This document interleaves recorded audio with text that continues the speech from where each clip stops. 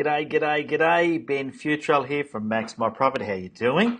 And today we're going to be taking a look at my 9 time management tips. And this is all in an effort to help you become, more effective in your day-to-day, more productive.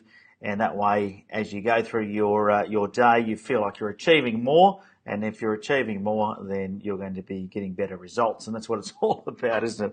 I see so many people now. If you've ever said to yourself, I wish there was more hours in a day, then today's broadcast is for you. This video will help you understand a little bit more. Plus, at the end of the video, I'm going to give you the opportunity to grab a free cheat sheet. Now, this cheat sheet has over 25 tools and ideas to help you manage your time more effectively and efficiently, and then in turn be more productive. And you can get that at maxmyprofit.com.au/manage time. That's /manage time, and you'll be able to grab that cheat sheet with over 25 tips, tools, and resources. All right, so let's get stuck straight into it. First of all, the first thing to understand is you can't actually manage time. I see a lot of people say, I wish there was more hours in the day. Management time, they do these time management courses. The reality is you can't stop the clock from ticking, right? So it's all about you managing yourself better, and we're going to talk about that. So my first tip is to understand that you can't manage time, and if you're trying to manage time, you're in some sort of a denial. You have to manage self, and by managing self, you're going to get a better result. So first of all, I think people that are really efficient have a plan. But plans lead to efficiency, effectiveness, which in turn is productivity. So if you want to be more productive in your day, have a plan. Think about what's got to be done, how's it got to be done, who's got to get it done, what resources is it going to take. All of those things need to be factored into your plan. And if you get up each day and you are thinking about, how you're going to achieve your goal for that day, and that helps you then stay on track because you've got a plan. You can also set KPIs that also then measure your effectiveness against what it is you've set out to achieve. And I think that's really important as well, because sometimes people set out things that are unachievable or unrealistic to achieve. Maybe sure, if you got no interruptions or nothing went wrong in the day, that'd be achievable. But the reality is most people plan to do far more than they actually are ever going to be able to do. An hour goes by very fast. It's made up of 60 minutes. You've got to keep that in mind when you're going through this. So having a plan, actually putting in your plan what needs to get done in the week, and then breaking down what I need to do each day to achieve that goal, and then working out what it's going to take. Now, this will help you do the next thing, which I love to do myself, is prioritise. And that's work out what are the key things you must get done today. That way you can work on those first. Now, if you haven't already, there's a great book by a fellow called Brian Tracy, and it's called Eat That Frog. And in that book, he talks about getting the most difficult things out of the way in the beginning of the day. And so a to-do list is a really vital part of being productive. And, if you're not running to a daily to-do list or a task list of some sort, then the likelihood is you can end up doing things out of order or at weird times. And in an efficient way. So I say make sure you've got a to-do list. The other thing is remove distractions from your day. So distractions are a big part of why people struggle to get things done. Things like Facebook notifications, SMSs, emails, your email program open all the time. That can be a major distractor. Shut your door on your office or go somewhere quiet if you're working from home and it's school holidays and the kids are there. Go to the library or something to do some work. Remove the distractions. Put yourself in an environment that is distraction free, and you're going to find it you'll get much more done. Another great tip is to learn to say no.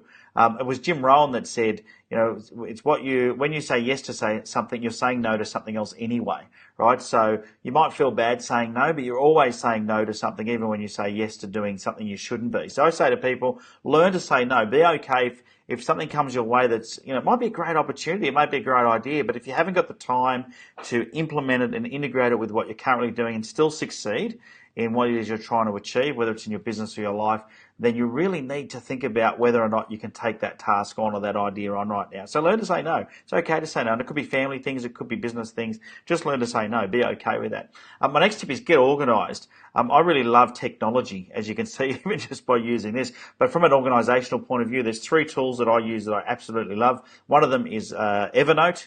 Evernote is a great way to stay organised. Wunderlist is another one that I use, which is something that I use to create my to-do lists and tasks and be able to share those with my team. And then Trello which is, and I can't believe it's free, but it is a free project management software. So a tool called Trello, they're the ones that I use.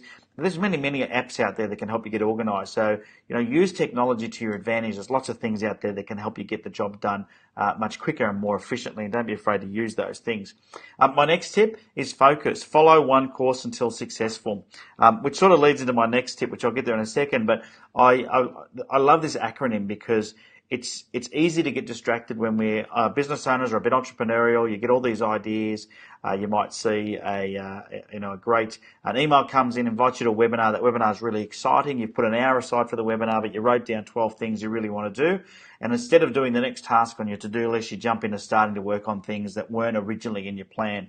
So I always say focus on one course until successful, or follow one course until successful. That's what focus stands for. I really love the acronym, and I think it's pertinent for you. But it also leads into my next tip, which is to stop multitasking. I know there's studies done that say that women can do this better than men, and maybe that's true, I don't know, but I don't think anybody is efficient or effective when they're multitasking. Multitasking is something that, by its very nature, has built-in distractions. So if you're trying to do two things at once, the reality is you're going to be distracted by something else. And I'll give you an example that you relate to. If you've ever been on the phone to a prospect, so you might be sitting on the telephone to a prospect and you're also reading your emails, and then they'll say, so what do you think? And you go, oh, I didn't hear what they said.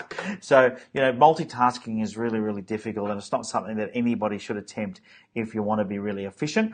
They've done studies that says that once you're focused on one task, if you get distracted from that task, it takes you 14 minutes to get refocused. Now, what that means, if you get distracted just 4 times in an hour, that you're going to be continually distracted and you're not going to be efficient at all. So I suggest that you make sure you're not falling into that trap.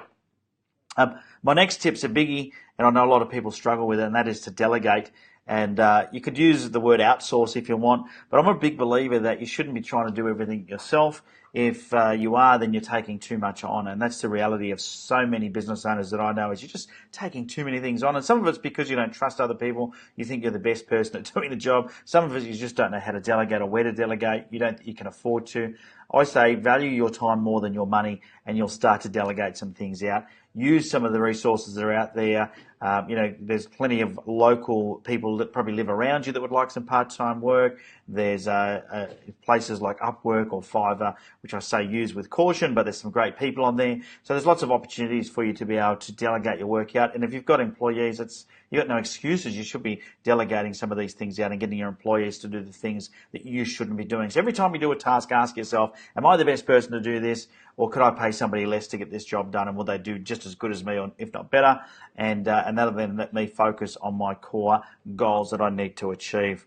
All right, so that's my 9 tips. Hopefully you've enjoyed the video today, the live video. I have got a free cheat sheet for you. Go to maxmyprofit.com/au/manage time. So that's maxmyprofit.com.au/manage time. And in that cheat sheet, there's over 25 tools, tips, and resources to help you manage your time better. It's actually a fantastic cheat sheet. I couldn't believe it when the team put it together, and I looked at it and went, wow, that's really valuable, and it's going to help you save hours in each and every week. So make sure you grab that cheat sheet and you start becoming much more productive and efficient. In fact, you never ever want to tell people that you're busy. Being busy is not valuable at all. What you want to do is when people say to you, how's your day been? You want to say it's been super productive. It doesn't matter if you work 3 hours a day. If it's a productive 3 hours, it's a much better than a busy 12 hours where you didn't achieve anything.